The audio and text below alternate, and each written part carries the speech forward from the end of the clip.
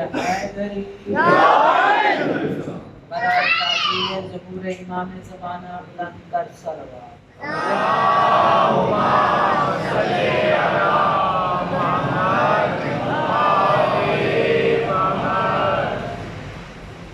دعا ہے کہ خداوند متعال آپ کا اس بارگاہ میں چل کے آنا اور بانیان کا صف عذاب بچھانا اپنی بارگاہ میں قبول و منظور فرمائے۔ عزیز سامعین، میں نے آپ کے سامنے قرآن مجید کی ایک آیت مجیدہ پڑھی کہ جس میں اللہ ارشاد فرما رہا ہے الف لام میم ذالک الکتاب لا ریب فیہ ھدی للمتقین۔ یہ قرآن وہ کتاب ہے کہ جو کیا ہے متقین کے لیے راہ ہدایت ہے۔ یہ وہ کتاب ہے کہ جو ہمارے رسول پر معجزے کے طور پر اتری ہے۔ اللہ نے جتنے بھی انبیاء زمین پر بھیجے ہر نبی کو اس دور کے مطابق معجزہ عطا کر کے بھیجا۔ وہ اس لیے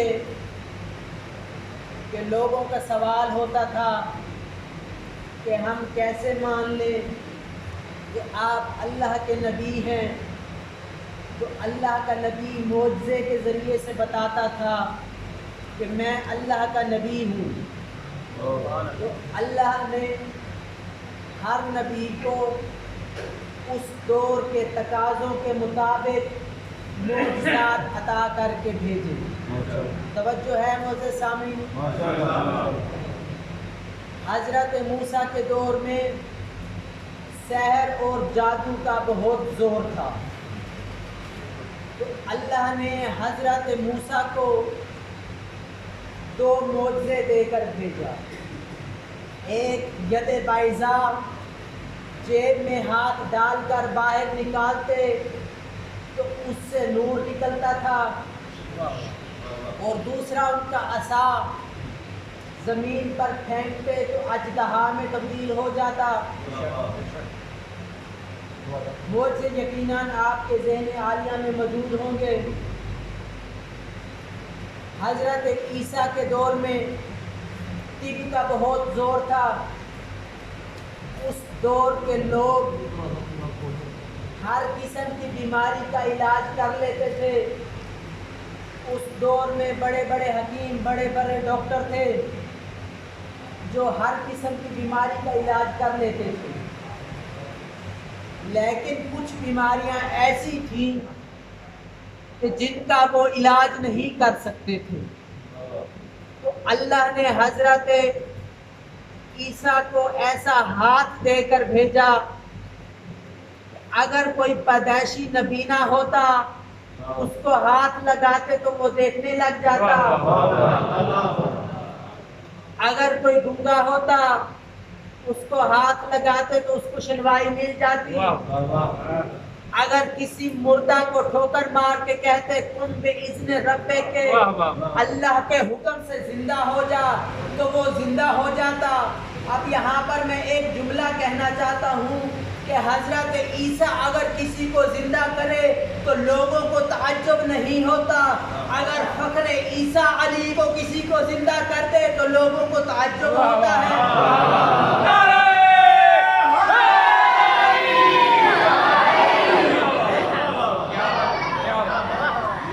اللہ نے ہر نبی کو اس دور کے مطابق معجزات عطا کر کے بھیجے۔ رسول خدا کے دور میں عربوں کے اندر 2 چیزیں بہت مشہور تھیں۔ ایک ان کی زبان، عربوں کو اپنی زبان پر بہت ناز تھا۔ وہ کہتے تھے کہ ہم عرب ہیں، باقی سب عجم ہیں۔ جن کو عربی نہیں آتی وہ عجم ہے. عجم عربی زبان میں بے زبان کو کہا جاتا ہے، اور اس دور کے عرب یہ لفظ جانوروں کے لیے استعمال کرتے تھے کہ جانور بے زبان ہوتا ہے اس کو عجم کہا جاتا ہے. تو یہ عرب اپنی زبان پر اتنا فخر کرتے تھے، یہ کہتے تھے کہ جن کو عربی نہیں آتی وہ عجم ہے. اور دوسری چیز کہ جو ان کو اپنی چیز پر ناز تھا وہ ان کی تلوار تھی. ان کو اپنی تلوار پر بہت ناز تھا. نسلوں تک کشت و کشتار جاری رہتا تھا. نہ مارنے والے کو پتا ہوتا تھا کہ میں کیوں مار رہا ہوں، نہ مرنے والے کو پتا ہوتا تھا کہ میں کیوں مر رہا ہوں. آواز پروردگار آئی، اے میرے حبیب میں تجھے ان کی دونوں باتوں کا جواب دے کر بھیجوں گا. ان کی زبان کا جواب قرآن ہے، ان کی تلوار کا جواب علی ہے.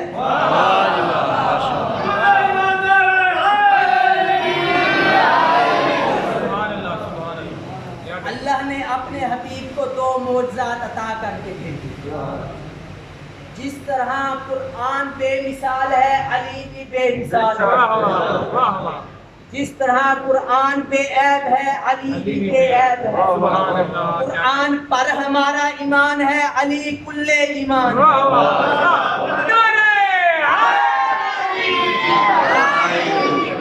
سبحان اللہ. کیا کہنا قرآن میں سورہ مومنون ہے، علی امیر المومنین.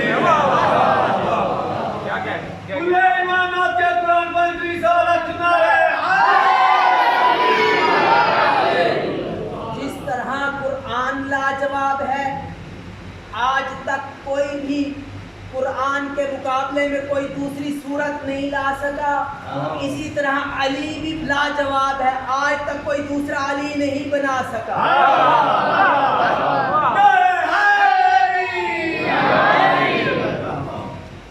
عزیزان، اگر آپ نے علی کو لکھا ہوا دیکھنا ہے تو قرآن کو دیکھ لو، اور اگر قرآن کو مجسم دیکھنا چاہتے ہو تو علی کو دیکھ لو.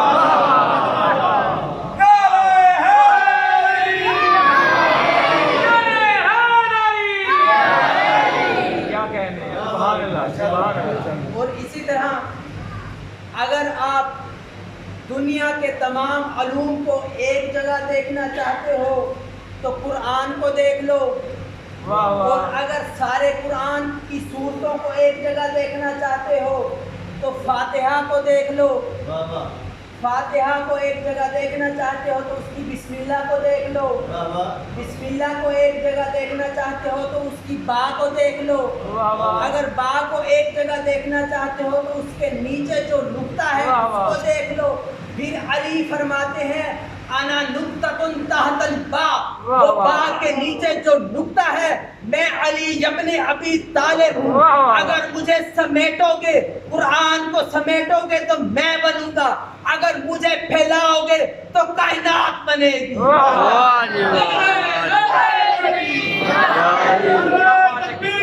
اللہ اکبر. یا رسول اللہ.